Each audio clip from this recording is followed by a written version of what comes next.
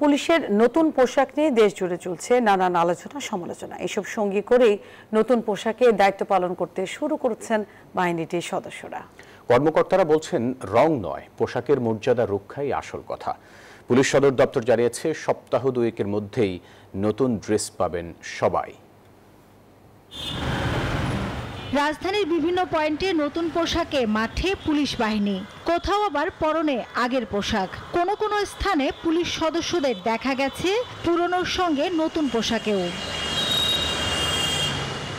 শনিবার ছিল আনুষ্ঠানিকভাবে এই পোশাক পরিবর্তনের দিন, তবে ছুটির দিন হওয়ায় বিষয়টি ততটা দৃশ্যমান হয়নি।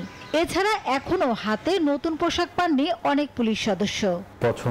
পছন্দ এটা খুবই আপেক্ষিক একটা বিষয়। আমরা পেশাদার বাহিনী হিসেবে সরকার কর্তৃক নির্ধারিত যে ইউনিফর্ম সেটাই আমরা পরিধান করি এবং এই ক্ষেত্রেও তার ব্যতিক্রম হবে না। পুলিশ সদর দফতর বলছে সেলাইয়ের কাজ শেষ না হওয়ায় সবার গায়ে এখনই উঠছে না নতুন পোশাক। 15 তারিখ থেকে শুরু করছে, এটা সেলাই করতে সময় লাগতেছে। একসাথে তো ইচ্ছা করলে আমরা সবাই সেলাই করে দিই, সেলাই করতে হয়তো এক সপ্তাহ পর্যন্ত এইভাবে দেখতে পারেন।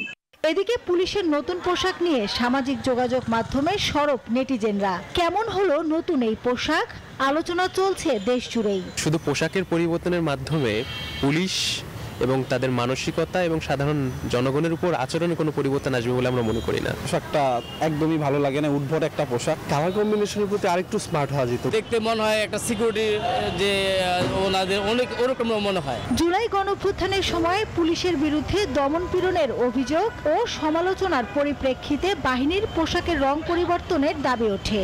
অন্তর্বর্তী সরকার চলতি বছরের শুরুতে বাংলাদেশ পুলিশ, র্যাব ও আনসার বাহিনীর পোশাক পরিবর্তনের সিদ্ধান্ত নেয়। সরবরাহ ঘাটতি থাকার কারণে এখনো বেশিরভাগ পুলিশ সদস্য দায়িত্ব পালন করছেন আগের পোশাকেই। যদিও সাধারণ মানুষজন বলছেন শুধু পোশাকের রং পরিবর্তন করলেই হবে না, বরং পুলিশকে রাজনৈতিকভাবে ব্যবহার বন্ধ করতে হবে। পাশাপাশি তাদের মানসিকতার পরিবর্তন জরুরি। মাসুদা লাবনী, নিউজ 24, ঢাকা।